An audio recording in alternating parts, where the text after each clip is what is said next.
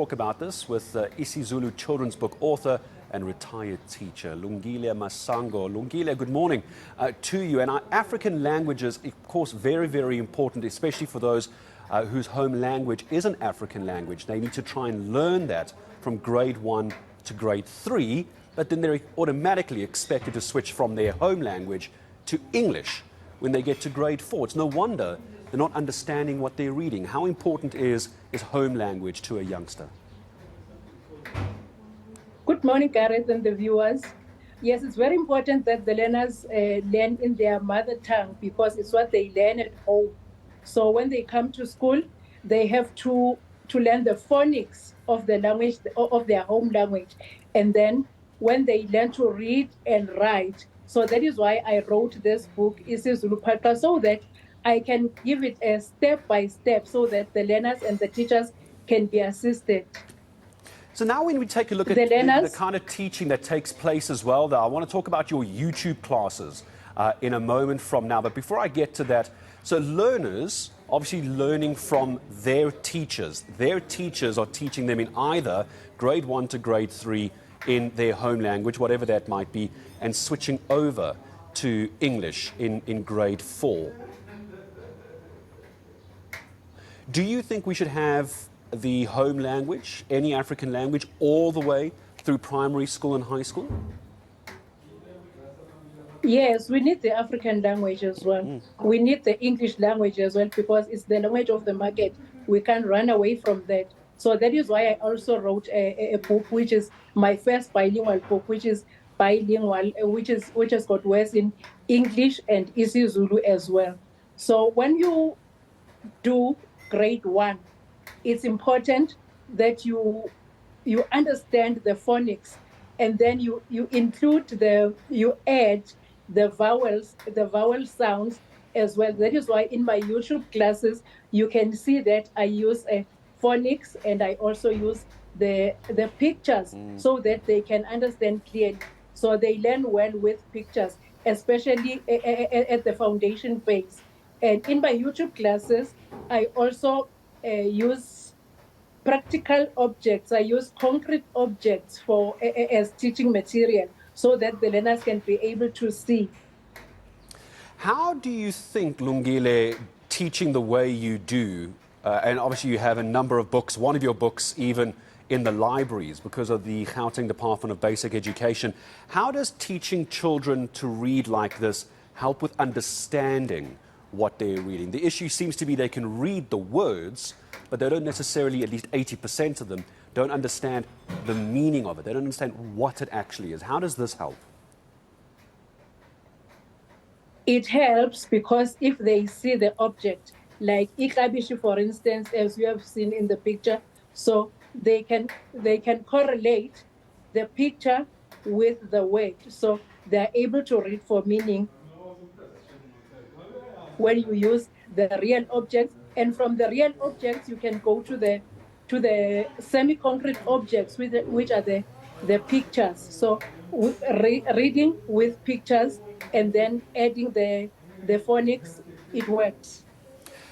From experience as a foundation phase educator, I have used it and it works for me, and it has worked for my colleagues as well. I imagine this will also make education more equitable if we have multilingual education. Would that be a fair statement? Would you agree with that? More equitable access to education if it's multilingual? Yes, it helps. Remember, it's diversity. So when we have all the languages in one classroom, then we have the teachers teaching, like in my books, like I've said, Gareth. So it's a picture. It's the apula, apple, apule. So it's another multilingual one where I have isiZulu as well. So it works because we've got a timetable where we teach isiZulu, we teach Afrikaans, we teach English. So in this world, Gareth, we live in the world of many languages. So it's important that the learners know all these languages. But then for starters at foundation phase, it is important that they learn in their mother tongue, and then from the mother tongue, then to the foreign language, which is first additional or second additional language. I need to ask before I say goodbye, Lungile, about your online classes. Many people will know it's on YouTube, but perhaps there's a parent or another teacher watching, a caregiver watching now. They don't know about your YouTube videos and channel. Tell me about that as I say goodbye. Yes, when you go to YouTube, you just type isiZulu Academy, and then you will find me there. I'm teaching, and the book that I'm using is my isiZulu Paqa, which is written according to the CAPS document of the Department of Basic Education. Apart from your classes, of course, I did mention that one of your books actually ended up in libraries of schools as well. The Gauteng Department of Education, Basic Education, so impressed with, Yes. with isiZulu Paqa that they put it in libraries. Yes, it is in the school libraries in Gauteng. So that was done by my publisher. So after releasing the books, after publishing the books, then they submit them. So and then the Gauteng Department of Education approved it for school libraries in Gauteng. And what I wish for is that it must be available in every classroom, in every isiZulu classroom, Gareth, because it's not enough. Yes, it's there in the Gauteng libraries, but then if we can have it countrywide, Yeah. so because it has got all the basics of the phonics of reading and writing isiZulu, because the book is both a workbook and a reader. It also has got guidelines for educators, the parents, and the guardians. So it's a very good book. It's a very good book. So if it can be made available, I can be so happy in every classroom. isiZulu Academy on YouTube. I went to go take a look. It's very easy to find. Lungile, I'll perhaps leave this as my last question then.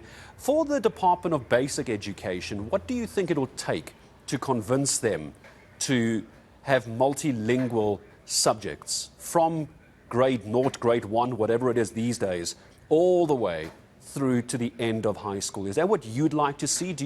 Can you give me an idea as to why they're not doing it? It's what I would like to see happening, Gareth. And then because we've got the Pan South African Language Board, I think through the language board, we can achieve it. But it's going to be one step at a time. It's not going to be very easy, but then it must happen. It must happen because it's the way to go. It's the way to go. Well, I really appreciate your time in coming on and speaking to us. Incredible work, not just as an author, but also as a teacher as well, joining us this morning. Lungile Masango making time for us. And it wasn't difficult for me to find at all. She did mention the YouTube channel. I actually went to go take a look. It's very, very well done. It's very well produced. isiZulu Academy as well. Really a step-by-step guide to reading and writing in isiZulu, whether your home language is English and perhaps you want to learn Zulu, whether it's Afrikaans, you want to learn Zulu, perhaps your home language is Zulu and you want to learn then Afrikaans or English. It does go both ways as well. So go take a look at it on YouTube. It's isiZulu Academy. And my greatest thanks to the teacher for joining us, Lungile, this morning.